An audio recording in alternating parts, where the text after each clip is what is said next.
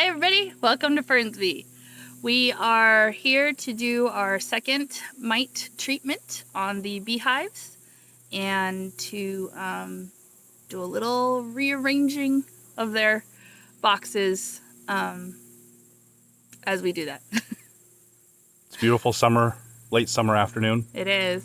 The trees around us are starting to change color. It's a really pretty transitional time here. Walnuts are dropping. It's exciting to be here. Very few flowers. Very few flowers, so we do have to check their stores of honey and make sure they have enough, and we will probably start our fall feeding program within the next week or so. So, excited. Let's go.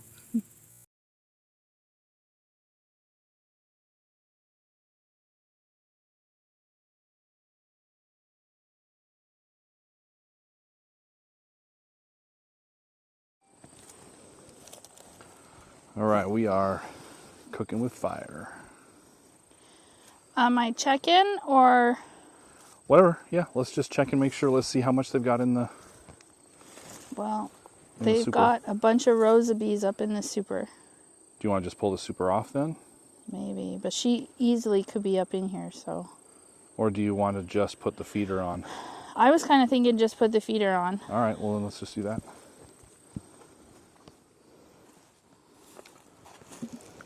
It's already full of leaves.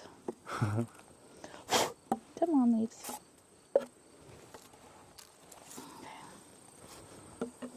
Are the rafts oriented correctly? Yes, they are. Okay. So it's feeding time again. Just want to give them a little extra boost since we've been hitting them real hard with the varroa mite treatment. We've noticed that the amount of brood has decreased. Right. And so we want to ensure that she's laying plenty of eggs for winter bees. And so we're going to encourage her. First off, we're stopping the treatment. We're not putting any more of the treatment on. We've done our full doses. And now we're going to encourage her to start laying again by feeding 1-to-1 sugar syrup. And we're not going to do 1-to-1 for long. We'll go to 2-to-1 soon. That's the fall, early winter feed. There we go. And we got a bucket of the syrup that we made. It's the same syrup that we've made in previous videos. It was a 25-pound bag of sugar that did 2 of these buckets. There's a hole. And we put 2 gallons of water in each. We heated up the water so that it would melt the sugar a little more quickly.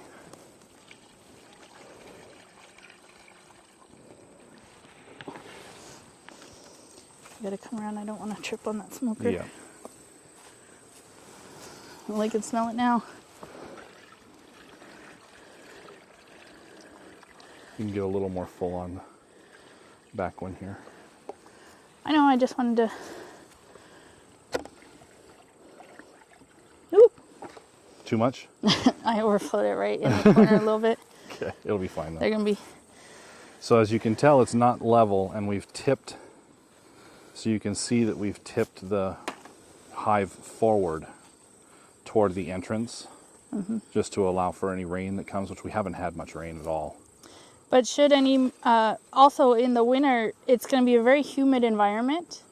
And so when it gets very cold at night, that humidity will condense inside the hive and freeze in little droplets, and then when it warms up in the sunshine, it melts. And so to keep it from pooling on the bottom, we've tilted it forward towards the entrance so that any condensation that does build up over winter will just run out the front door. Yep.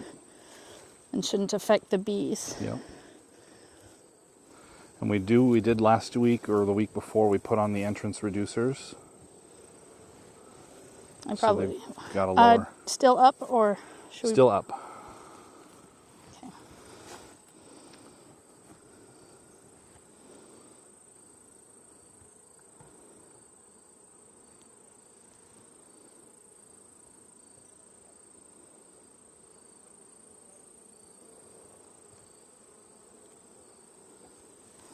Trying Good not to job. hear any crunching sounds. Yep.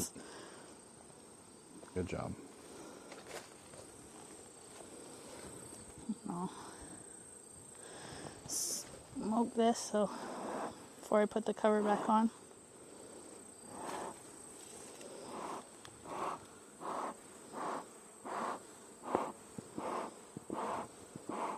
Come on. How much of that syrup did we use? Most of that bucket, but not quite all. Oop.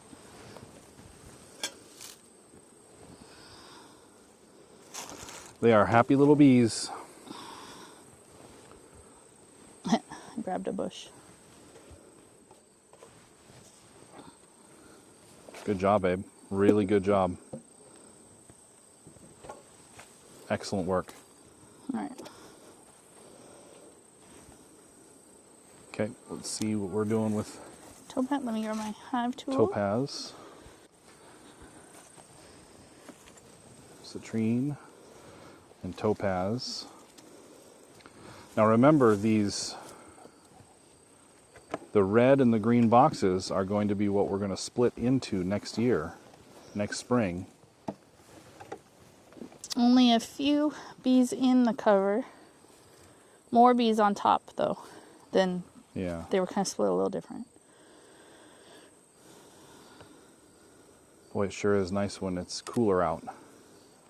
It's only about 65 degrees today, which is nice. So you might be hearing the little bit of like a crackle when I pull it off there. That's the propolis that they're sealing. That's that stuff right there. Yep, they're sealing the hive up with that. The sticky glue. Pretty much. See, in here we got more lines of bees on each frame. Yep, So, they're all up here enjoying their the honey. So, Which is an indication that there is no nectar going on, which we anticipated because there's been no rain. We've been in a drought for a number of months now. And it's funny saying that because we came from a place where it's been 20 years drought. And here it's only been a few months, but it does have an effect. You can see on the grass. All the grass is pretty brown, kind of thirsty for water. Of course, where we are right now is a hilltop, or it's the mid slope of the hill. Mm-hmm. The hill continues up that way into the woods. It's not very steep. Probably at the top of the hill is only another 50 to 70 feet in elevation. And then the hill continues south that way down into our floodplain, which is at the bottom of our property, at the entrance of our property. And so this area right here has turned into a dryland meadow since it was cleared before we purchased the property. you get that shot of me pouring? Yep, here you go.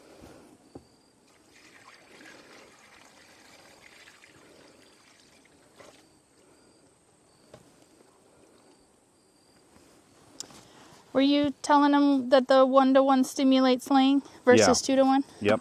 Okay. So, and you told them why? No, go ahead. Just that with that mite treatment, not always, but sometimes your queens go off laying when you're doing that mite treatment. And we did notice the brood was a little low the last time we came out to treat.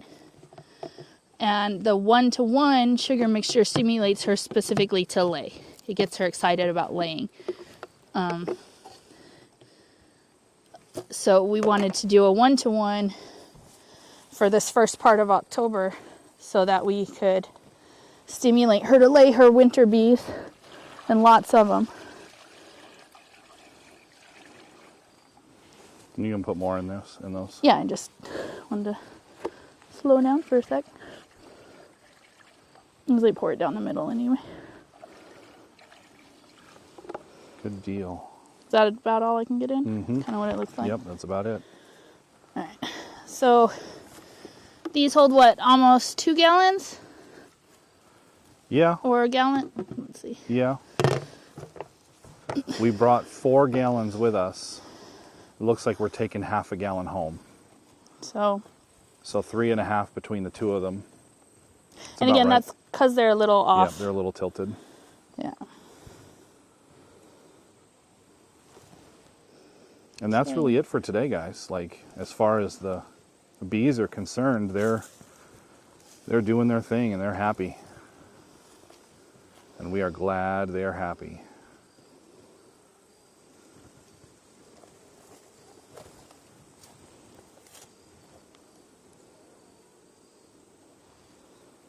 You're so careful.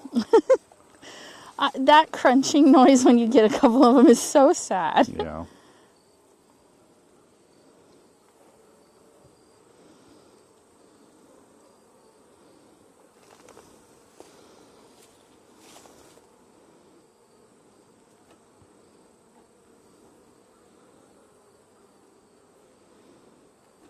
Oh, there's a big old mantis right here. Oh yeah, not as big as that other one. No. And she's gray. She must have came off of this dead grass here. Yeah. Do you have a glove on? I have one glove. I have a hole in this glove, so could you fix that corner? Good, thank you. Mm-hmm.